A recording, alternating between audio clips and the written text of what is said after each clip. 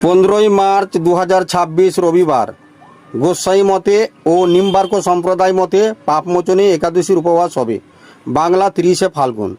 পারণ হবে 16ই মার্চ সোমবার দিবা ঘন্টা 7টা 59 মধ্যে। বাংলা পহেলা চৈত্র।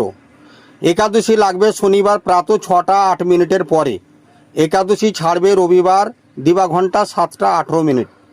শনিবার সূর্যোদয় হচ্ছে ঘন্টা 5টা 53, কিন্তু একাদশী লাগছে ঘন্টা 6টা 8 পরে। যেহেতু সূর্যোদয়ের পরে একাদশী লাগছে, সেই হেতু একাদশীর উপবাস শনিবার না হয়ে রবিবার হবে।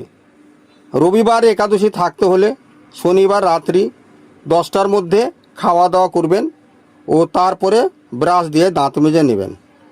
তারপর রাত্রি 11টায় জল খেয়ে নেবেন। তারপরে একাদশী থাকার জন্য ঠাকুরের সামনে সংকল্প করবেন ও তারপর ঘুমিয়ে পড়বেন।